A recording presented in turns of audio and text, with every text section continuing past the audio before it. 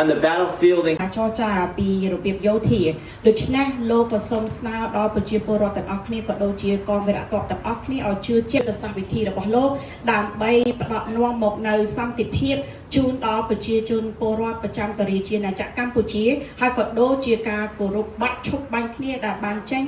ដោយលោក Donald Trump. And as we know, there are 5 Cambodian soldiers that are dead in the battlefield still today. It's over, I think, 44 days now. And the Thai forces still refuses today to allow the Cambodian soldiers to retrieve the dead bodies so they can have a proper and respectful barrier. And again, the Prime Minister, Aminet, reminds his soldiers every single day from the time of my interview to choose peace. ក៏ដូចជាបងប្អូនទាំងអស់គ្នាបាននឹងហើយថាវីរៈជនកងទ័ពរបស់យើងចំនួន5នាក់បានស្លាប់នៅក្នុងសមរភូមិមុខហើយខាងកងទ័ពថៃមិនបានអនុញ្ញាតឲ្យយើងយកសពរបស់គាត់មកធ្វើពិធីបុណ្យសពតាមប្រពៃណីរបស់ខ្មែរយើងទេគិតមកដល់ពេលនេះគឺអស់រយៈពេល44ថ្ងៃហើយប៉ុន្តែលោកប្រធានាធិបតីហ៊ុនម៉ាណែតក៏នៅតែទទូចអង្វរដល់ប្រជាជនពលរដ្ឋកម្ពុជាទាំងអស់ក៏ដូចជាវីរៈកងទ័ពទាំងអស់ឲ្យរក្សាភាពស្ងប់ស្ងាត់គោរពនៅសន្តិភាពគោរពនៅភាពបត់ឈប់បាញ់គ្នាដើម្បីឲ្យយើងទាំងអស់គ្នាមានទទួលបាននៅសន្តិភាពពេញលេញតាមសតិវិធី But the Thai forces don't want peace. They want war. So what does the Thai soldiers do? When they see any Cambodian soldiers in uniform or policemen at the border, they take their slingshots with marbles and they slingshot the marbles at their face. And they didn't stop there. General Hun Sen from the Thailand cut down a tree in half, carved out a big slingshot where it took 6 men to have a custom-sized marble so they can stretch the rubber band back as far as they can go and slingshot large marbles, harming innocent people, children, military officers, policemen to provoke a war. They want Cambodia to fight back. ដូចជាប្រទេសរបស់យើងដូចជាការប្រកាសរបស់លោកនាយករដ្ឋមន្ត្រីហ៊ុនម៉ាណែតឲ្យរក្សាភាពស្ងប់ស្ងាត់ដើម្បីក៏ដូចជារក្សានៅសន្តិភាពប៉ុន្តែខាងកងទ័ពថៃមិនបានបញ្ចប់នៅភាពស្ងប់ស្ងាត់ទេដោយធ្វើការកាប់ដើមឈើរួចហើយធ្វើជារបៀបរបៀងកស៊ូដើម្បីបាញ់មកលើប្រជាពលរដ្ឋរបស់យើងដែលប៉ះទៅលើអ្នកស្រុកប៉ះទៅលើកូនក្មេងប៉ះទៅលើប្រជាជនស្លូតត្រង់ដែល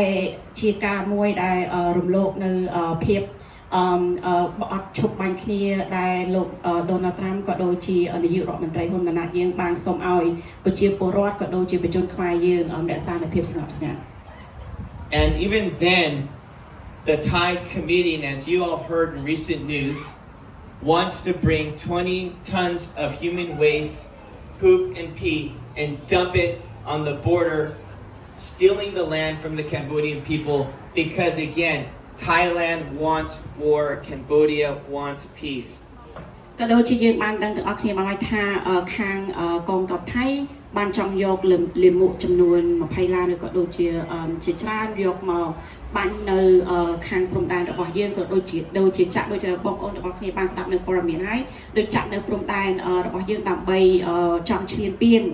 យកដីរបស់ប្រជារាជាណាចក្រកម្ពុជាប៉ុន្តែ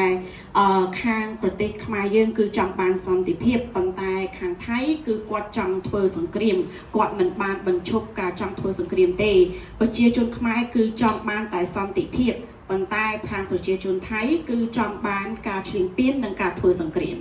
And the Prime Minister Khamenei again reassured everyone that we will put our trust in America, we will put our trust in Trump, and we will claim to everything we can for peace. ជាថ្មីម្ដងនេះដែរលោកនាយករដ្ឋមន្ត្រីហ៊ុនម៉ាណែតបានសន្យាដល់ប្រជាពលរដ្ឋទាំងអស់គ្នាឲ្យរក្សាភាពស្ងៀមស្ងាត់ទាមទារនៅសន្តិភាពឲ្យមានការជឿជាក់នៅលើលោកនាយករដ្ឋមន្ត្រី Donald Trump ដើម្បីឲ្យលោកបានទាមទារនៅសន្តិភាពនៅគោរពនៅបទឈប់បាញ់គ្នាមួយដើម្បីរកសន្តិភាពជូនដល់ប្រជាពលរដ្ឋកម្ពុជាទាំងអស់គ្នា And because President Trump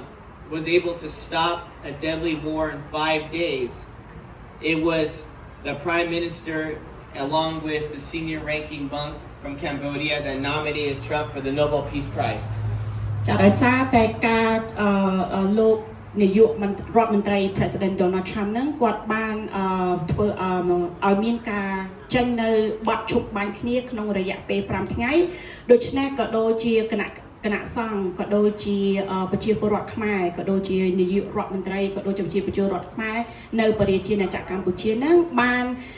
សូមបេក្ខភាពចុះឈ្មោះលោកនាយករដ្ឋមន្ត្រី Donald Trump ហ្នឹងជាដើម្បីទទួលបានពានរង្វាន់សន្តិភាព So during the interview, it was streamed live to 17 million Cambodians worldwide. And I wasn't supposed to be conducting the interview. I was supposed to be the producer behind the scenes. And because of the loss in translation, it said White House correspondent, someone who reports news from the White House. But we weren't able to get that fixed in time. And that's where the misinformation was unfortunately disseminated.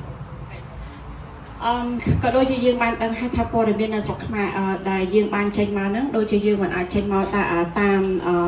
សភាពការក៏ដូចទៅជាចំណងជើងរបស់ខ្ញុំគ្រាន់តែជាអ្នក producer ម្នាក់ទេប៉ុន្តែទៅជានៅក្នុង title នៅក្នុងបែបដែលយើងទៅហ្នឹងក៏គឺជាទៅជា condemn of the White House representative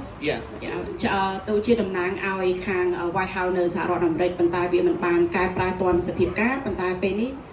គាត់នឹងចាំបញ្ជាក់ថាខ្ញុំគឺជា producer ម្នាក់និងជា journalist អ្នកយកព័ត៌មានម្នាក់ So at that point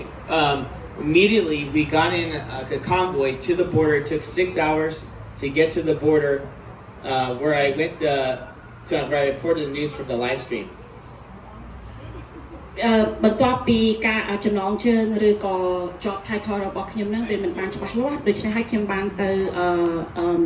ដល់ព្រំដែนដើម្បី live stream ផ្ទាល់ក៏ដូចជាដូចគេហៅថាផ្សាយផ្ទាល់ពីសង្គ្រាមក្នុងពេលនោះផងដែរ So when I arrived to the scene it was pouring rain at night and as soon as I stepped out of the vehicle and I touched the solid ground of the dirt roads, I looked around and all I could see was farmland for miles.